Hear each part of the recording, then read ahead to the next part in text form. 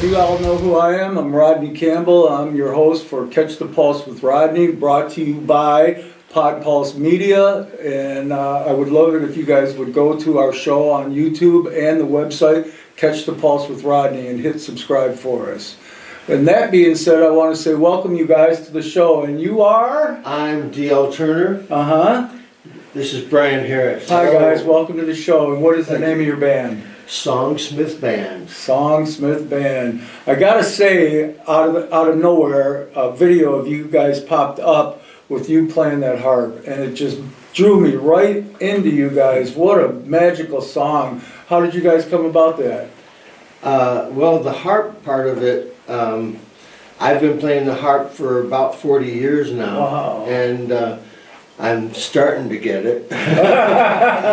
Oh, you got it all right. But I made a decision early on in my career that I wanted to incorporate it with rock and roll. Okay. And to do that, I had to have a band that could understand me, and I'm hard to understand. Accepting that kind of Because change. it's like people would sit down with me to play the music, and I'd be playing the harp, and they'd be, well, what am I supposed to do? Right, right. I got nothing. Yeah. When we first put a band together, it was called Southern Sun. Okay. And it was comprised of Brian on drums, and he would also put together what do we call them, like hybrid kits? Hybrid kits, like percussion rigs. Yeah, Okay. percussion rigs, so that he could play along with the harp, because we all felt the same way. What are you going to do with a harp? You Right know? on, Hey, right like on. you're doing all this sweet stuff, and so We took like a new age approach to it. In that How way, hard you know. was it for you to like get acclimated to playing alongside of a harp?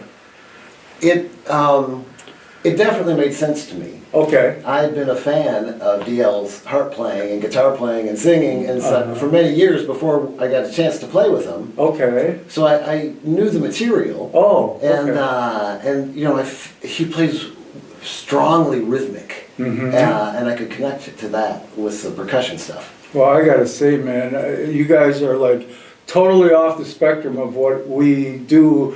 What I do here is I try to get people to recognize and remember bands from the past that are no longer playing, or in different bands that used to play in the Detroit area.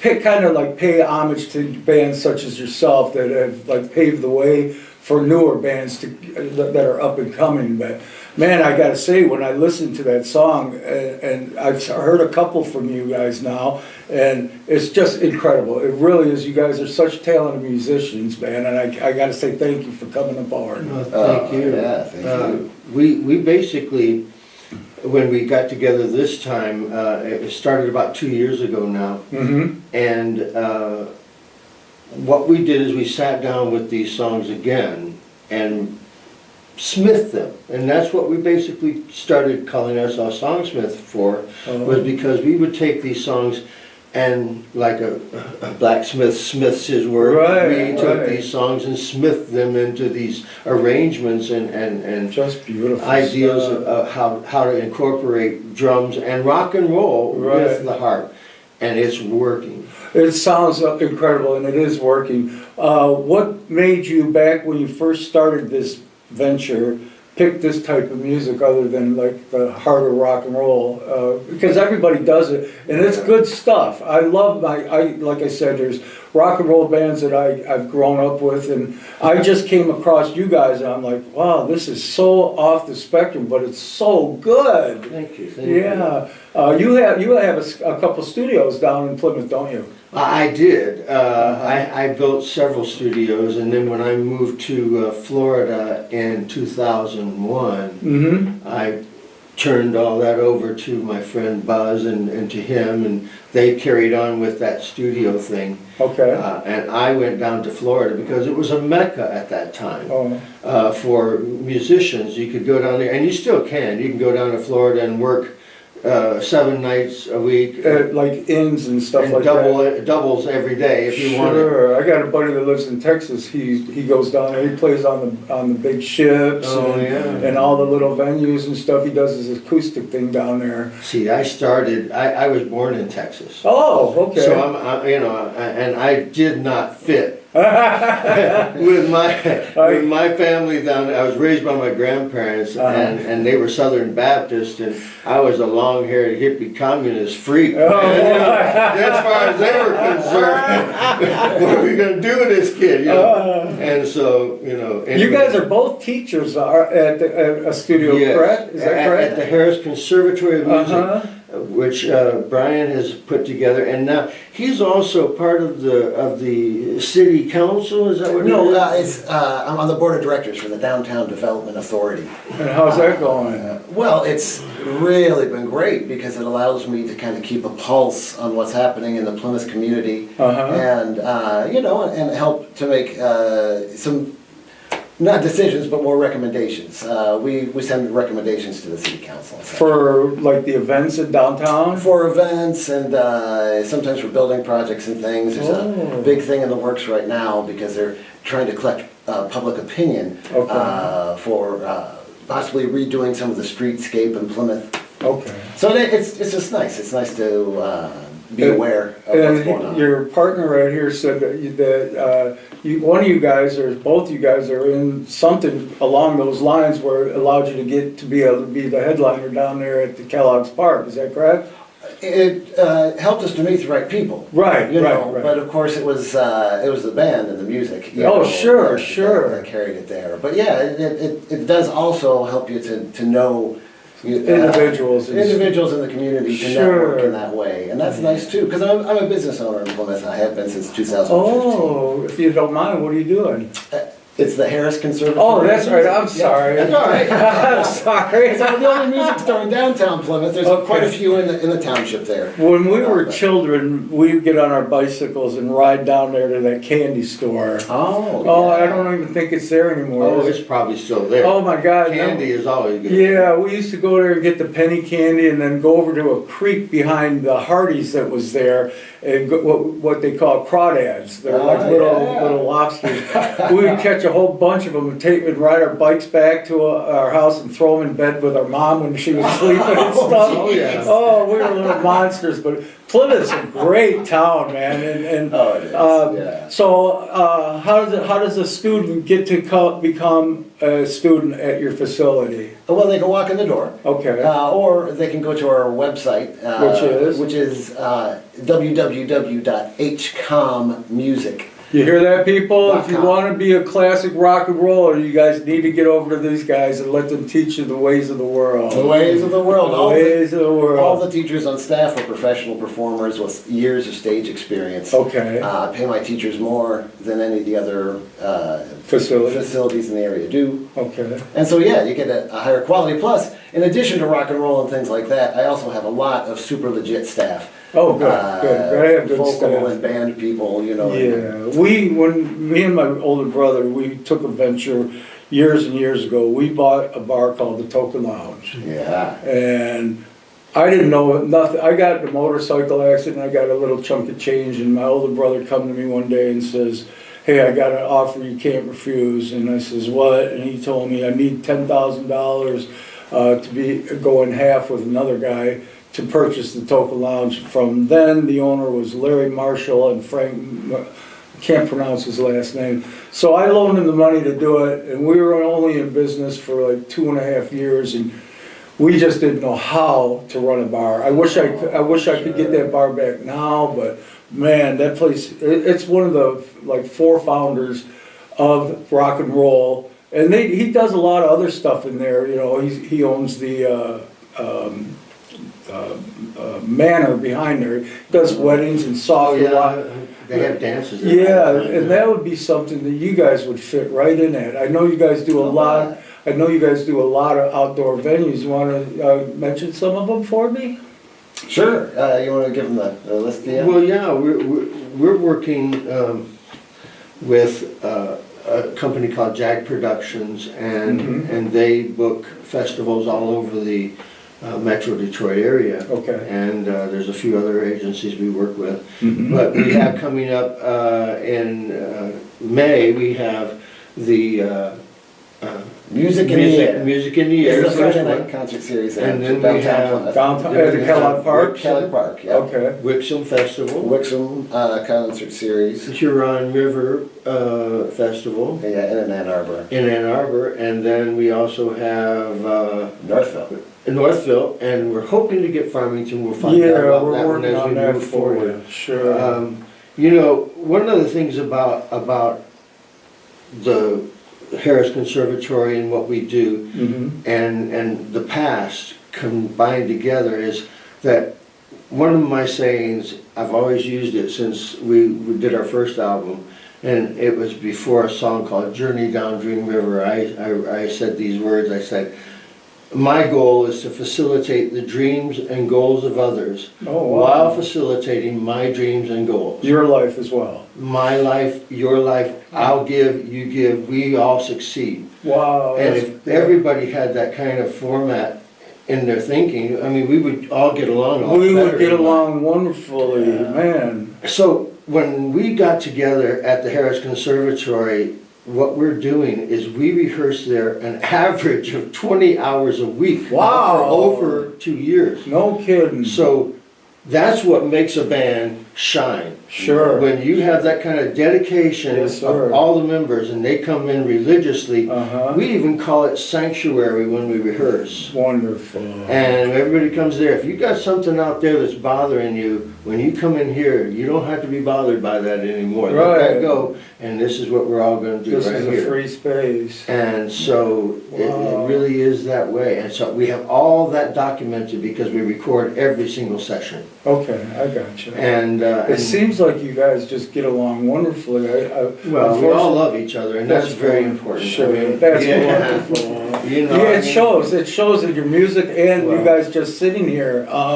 So yeah, I'm like, I'm looking at some of this stuff that I got written down, and your style of music is anywhere from soft rock to new age, some smooth jazz. And let's talk about this one, the yacht rock. What's that See, yacht rock is like the Doobie Brothers now. one? Okay. And Steely Dan. Steely Yeah. Dan, James and Taylor. I love all that Jim stuff. Croce. Yeah. You know, I mean, all the stuff we know and love, Uh-huh. but it's just it doesn't fit into classic rock. I understand. A soft rock, maybe. Uh-huh. Those are descriptive adjectives. So you put your flair on a cover song and tone it down a little bit, or bring it up a little bit and make it your what? But we yours? make it our own. We Yeah. change it around. Some of Sure. them are, in terms of intensity. Okay. Some of them are elevated. Yeah, yeah. But definitely one of the trademark things, I dare say, is a lot of dynamic. Mhm. You know, in most songs, you're going to hear things come way down. You'll hear things come up and get very heavy and exciting. Right. And which is one of the things I love about the band. Okay. Right. You know, because it requires a lot of listening to each other. You How know? hard is it for you to pick up on these songs and make them your own? I mean, anybody can play a cover song. Well, not me, I'm not a musician, I shouldn't say it like that. But you guys put your own flair on it to make it your own. Is that like a drawn out process, or does it just come natural for you? It's extremely natural for me because I don't think I've ever done a song just like the record. I don't think so, no. People get mad at me about it. Really? I'll be in bands and they'll say, we're going to do this song, and then they start to do it like, Rick, I don't like that. I don't want to do it that way. They did it that way. Here, let's do it this way. And they're like, but. You are the member of the band that writes the songs, or is it a collective? And I arrange, yeah. You arrange I'm it all? the writer and arranger.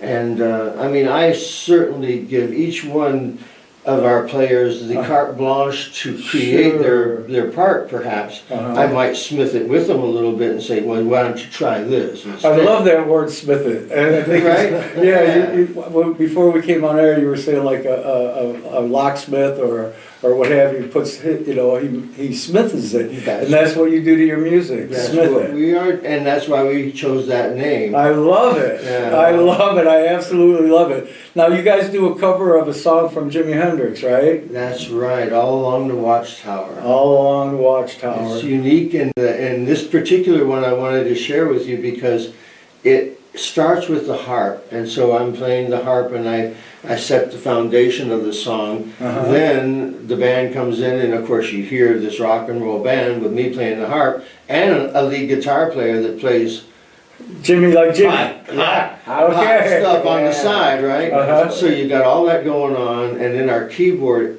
player Aiden, you know, has hair down to about there. Wow, I'm jealous already. He's just too cool for words, man. He's also the music minister at a church here in Westland, I believe it is, on Wayne I Road. think it is Westland. Okay, I got a friend, his name's Tommy Ingham. He's played in quite a few rock bands, and he is a part of a congregation out in Wixom, I believe it is. See? And he plays gospel music, and he's got hair like this, and he's a hell of a rock and roller. But when he gets down in church, it's just as cool, man. Well, you don't want to judge a book by its cover. In other words, you know, we've had situations in our lives where people just look at us and already, you guys are loud. You know,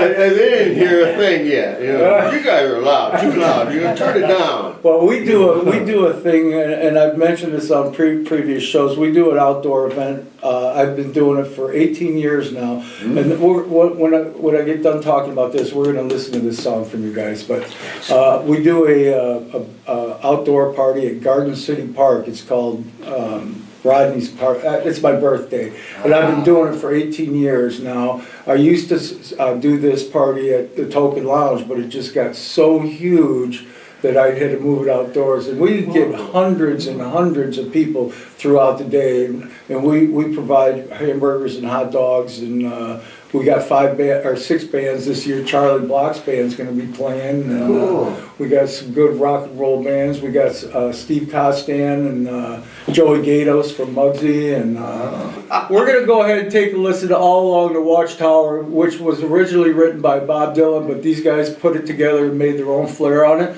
So take a listen, and we'll come back and talk about it. Hope you enjoy it.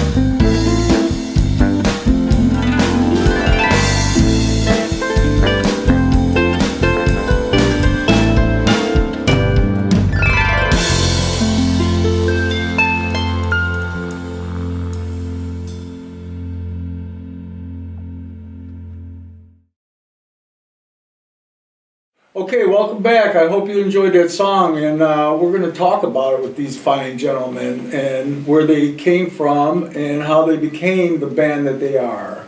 You, my friend, I just met you and I know nothing about you.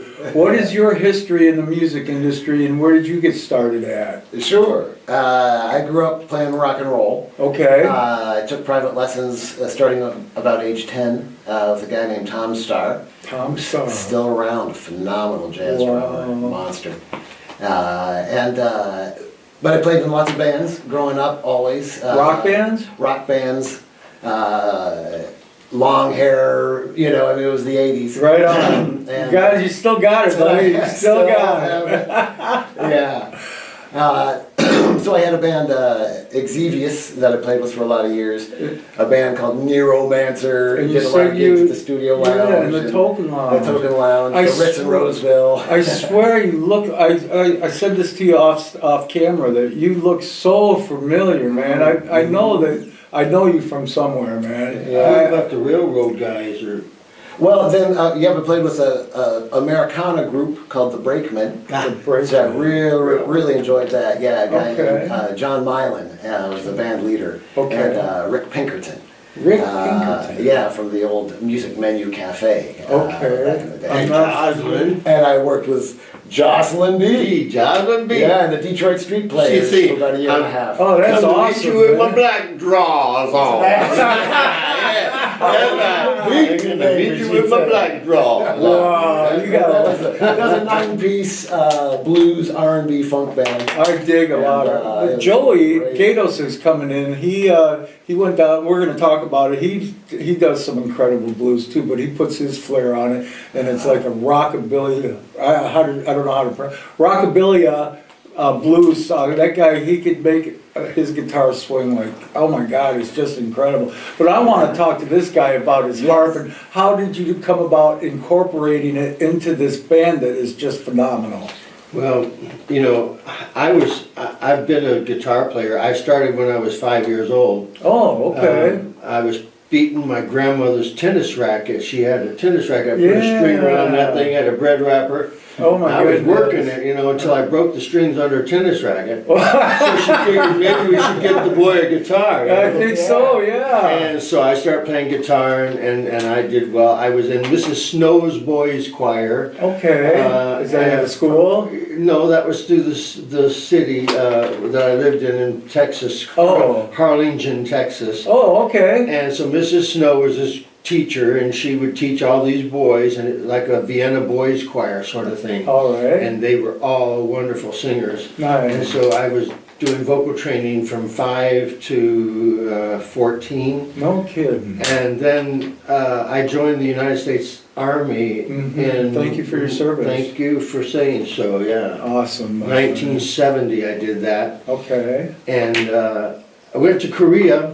And when I joined up, they said, you got two choices, boy, little guns up close or big guns way back. I know which one I you said, I'll picked. take the big guns way back. And so artillery, and I got kind of injured up on the DMZ of Korea. So Oh. they had me go to Seoul, and they didn't want to put me back on the front line in the DMZ, and they said, what we're going to do, boys, we're going to put you in the Army Choir.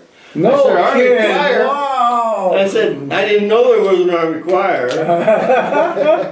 And so they had me audition, and I passed with flying colors, and so I sang, toured with the USO shows, the Wow. tours to Vietnam, Thailand, Japan, Korea, Holy moly. entertaining the troops. That was my job. No kidding. Isn't that fun? That's an incredible story, man. Yeah, and so that's what my Army service was. When I Okay. got out, I had a friend named Mooner. Mooner. It's Thaddeus Robert Moon. Okay. We called him Mooner for short. All righty. He called me and said, I'm going to come down and pick you up when you get out of the Army, and we're going to, travel the country in my new LTD car. No And I kidding. said, okay. So we got, Discharge.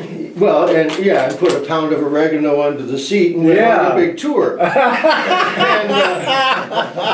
and had a great time. And so we met people, did things, and saw every state in the Union. Oh my goodness. Wonderful time. And when we came when we got done, we decided to come back where he lived, which was Dearborn. Okay. And so I started working here. I opened for a band called Salem Witchcraft. Oh, we know him well. You know who I'm talking about. Yeah. Pick and Yeah, all the boys. oh right? yeah. And so down on Hines Drive, Uh-huh. and down at the Rouge Park concert. Yes, sir. And I played down there. I got handed the song "Stairway to Heaven" by my label back then. No kidding. They said, "We want you to do this song at the show," Right.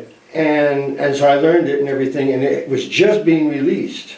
No way, man. And so I got to do the song while it was being released, and so people were saying, "Man, is that your song?" Oh my God, that's telling our age, I man. still do it too. I love Do it. you guys do Stairway to Heaven? Oh yeah. How we do it? That's incredible. Alice's Restaurant in its entirety. Oh my goodness, that's a great song. So I've been doing this all my life. Is What I'm about the saying. Archies? Anything from the Archies? No. No. You don't have the cereal box with a cutout 45 on it? Oh yeah, you know that's right. Oh man. Well, so anyway, somewhere along the line, I ended up as the bass player and mandolin player for Fiddler on the Roof, the musical. You play mandolin as well? Oh yeah, and violin. Holy and, a mackerel! bunch of other things too. But Uh-huh. but what happened is the conductor of this orchestra was Andrew Henderson, and he was a harpist. And Okay. he said to me, "I've got a secondary harp at home that just sits there, and maybe I'll sell it to you for $700." I don't know anything Well, about I it. said, "That's a fair deal. I mean, they're usually $10,000." Holy You know? mackerel! So I said, I'll take that. And so I thought it was a furniture piece or something, and I fixed it up and made it better. And all in all, that started me on my journey with harp. Is that the one you still play? Well, no, I had one made here in Detroit by William Webster, handmade and to my specs. Oh yeah, to my specs. And then he, when I got it, it was so stark white, I had it painted by Don Copeland at the University of Windsor with flowers and hummingbirds and beautiful wow. things, vines and stuff. Uh-huh. So it's really ornate art piece now too. Nice. And then the electronics were put in by Tim Jagman, who was the guitar tech for Rush. You were saying something. Yeah, and he built that up for me. So the harp sounds incredible, you know, Oh, yeah. with the group and everything else. But that's how I got started with the harp. And then I played at the Mayflower Hotel for about 12 years. You were the house band. I was the house musician there. I played the harp in the dining room, and of course for their brunch on Sunday, which fed 800 people That's every insane. single Sunday. Yeah. And then I would play in their Crow's Nest Lounge and all That place has got a lot of history, Yeah, man. and that's where Brian and I really got to know each other. And then we also worked together at the Get Fiddler music store over in Northville. Okay, yeah. And so the history goes back a long way. He would come up and listen to me play, and a lot of other people. Uh-huh. And I had a lot of fans. And then when I came back, we did a concert at the Penn Theater Right, in, right. in Plymouth Yeah. last November the 8th. That's where this clip that we just saw a while ago Uh-huh. came from. Okay. And we recorded it with 3 cameras, and then also multi-tracked it. Did a feed off the console, and so we had a multi-track mix of that show as well. We're going to release that as a movie real soon. Oh, wow. Congratulations. Yeah, we're excited about that, and we'll have all the clips too that we can just send out as media. Well, I gotta say this, after we do this show with you, we build on our website, we make a page for our guests where you can advertise, post your events, when you're playing and where and everything like that. That's all coming, and we give that to our guests to say thank you for coming on our show. Thank you. So like I said, it's been a pleasure meeting you guys. And before we go, let's talk about where you guys are going to be playing next. The soonest event we're playing is called the Spring Artisan Market in downtown Plymouth. All right. That's April 18th. April 18th, It's coming y'all. right up. Yeah, and it's a morning event. Okay. The event starts at 9. We've got a couple of good friends who are going to play. All right. A local gentleman named Pedro Suarez. Pedro Suarez. I don't... Fantastic guitar player, Wow. great singer, really good. He's from Cuba. Oh, And he nice. does this Latin jazz thing, plus his own kind of flair on like pop covers and stuff. Okay. Really talented. And then a gentleman named Danny James, who is a blues guitar specialist, just coming on the staff at the conservatory. Okay. He's going to play, and then we'll go on noon to 3. Okay, that's when you guys go on stage, noon to 3? Yeah. Do you play the entirety, or or do you take a break between? Oh, we'll take a break. Okay, that's a lot of But time. we'll be right there in Cadillac Park, not far off the flagpole. So y'all know the date and the time. You guys need to get out and see this incredible band. And once again, this show is all about promoting and helping bands that are trying to further their career. And I'm glad to be part of it. And I want to say thank you so much for coming in and doing this show with me. Yeah. I really appreciate it, and good luck. Thank you. All right, nice meeting you guys. Thank you. Very nice to meet you guys. Do the podcast, the Oh. plug. Oh yeah, okay, hold on. I gotta look at it where I'm at. Oh yeah, by the way, we are brought to you by Pod Pulse Media. And go to my website, Catch the Pulse with Rodney, and go onto YouTube and hit like and subscribe for us, please. Without you, we will not have a show, so do it now! Thank you.